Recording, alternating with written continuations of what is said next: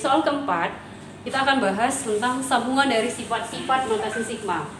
Ya, jadi di sini akan kita buktikan soal keempat itu bagian dari sifat-sifat notasi sigma. Apa saja, Miss? Nah, kita lihat.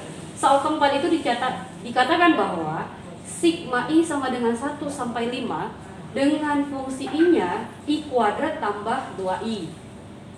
Nah, pernyataan yang pertama.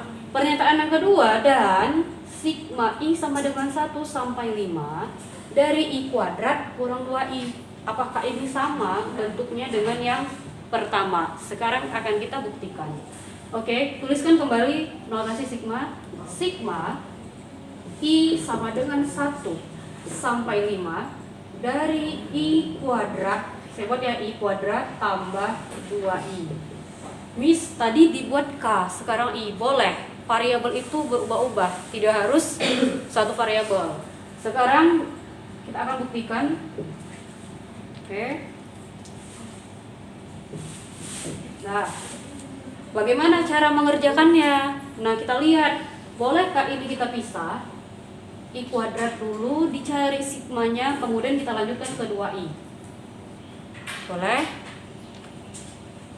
Iya, boleh ya. Sifat ini sama dengan sigma I sama dengan 1 sampai 5 dari I kuadrat.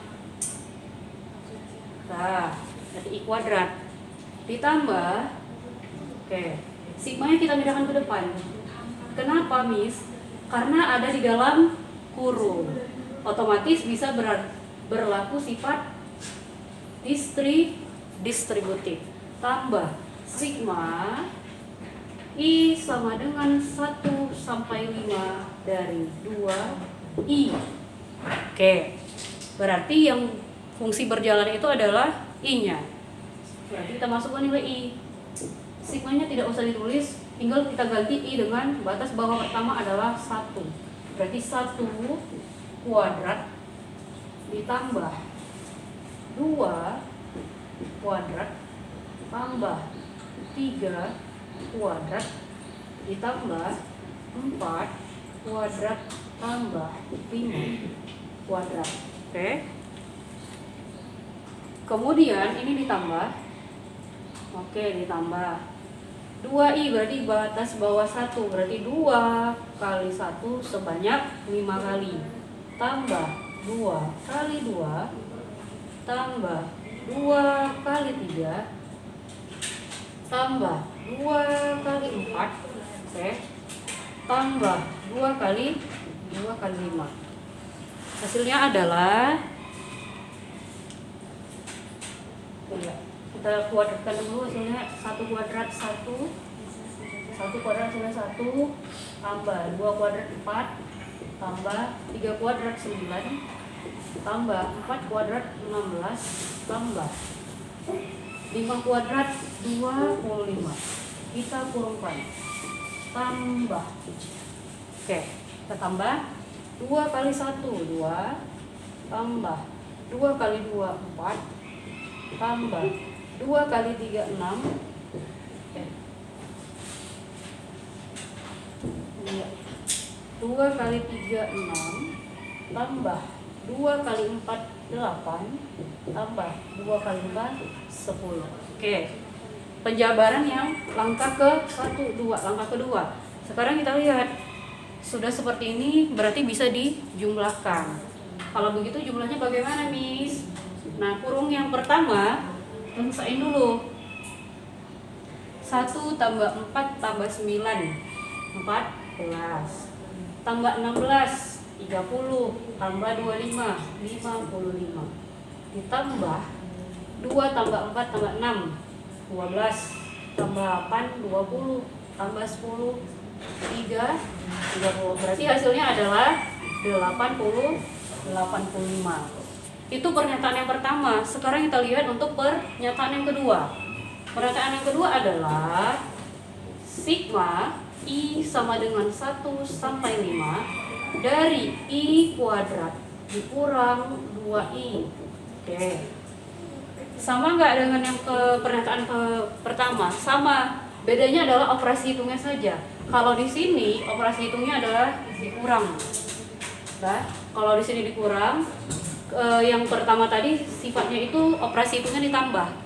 Nah, jadi sama-sama penjumlahan yang sifatnya dikurang.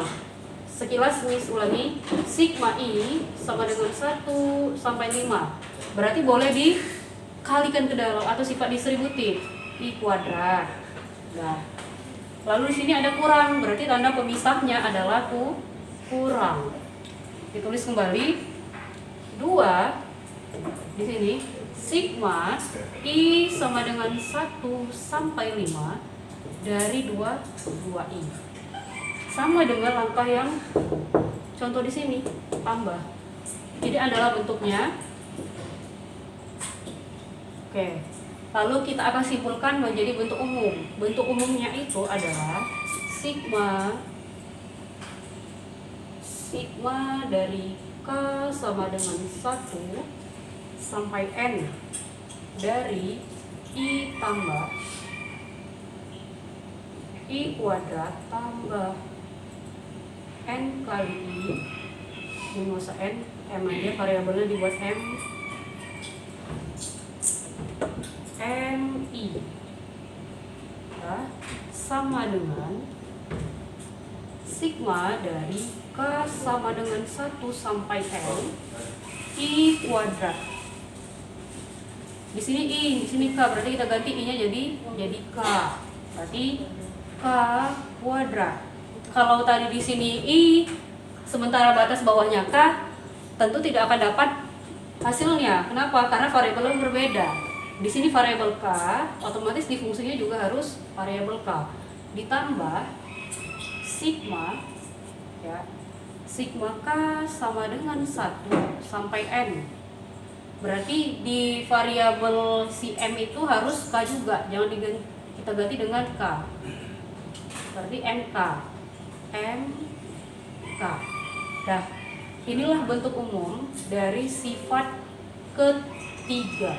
Kalau yang tadi sudah dapat sifat 1 dan 2, ini sifat ketiga. Nah, sifat ketiga itu dikenal sebagai sifat 3. Namanya adalah aturan jumlah dan selisih. Aturan jumlah dan nggak muat.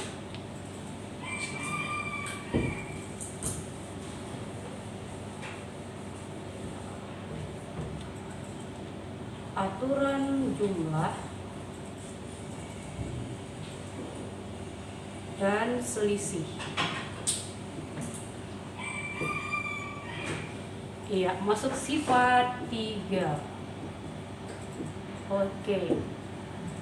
Nah, jadi untuk materi pertemuan ketiga ini kita sudah membuktikan bahwa keempat pernyataan yang ada di slide PowerPoint itu membuktikan bahwa semuanya masuk ke dalam sifat aljabar notasi sigma. Nah, jadi untuk materi selanjutnya kita akan bahas ke induksi matematika. Jadi sebelum bahas tentang induksi, Miss harap pemaparan tentang sifat-sifat notasi sigma itu bisa kalian pahami. Kalau ada yang ingin ditanyakan, kita akan diskusikan.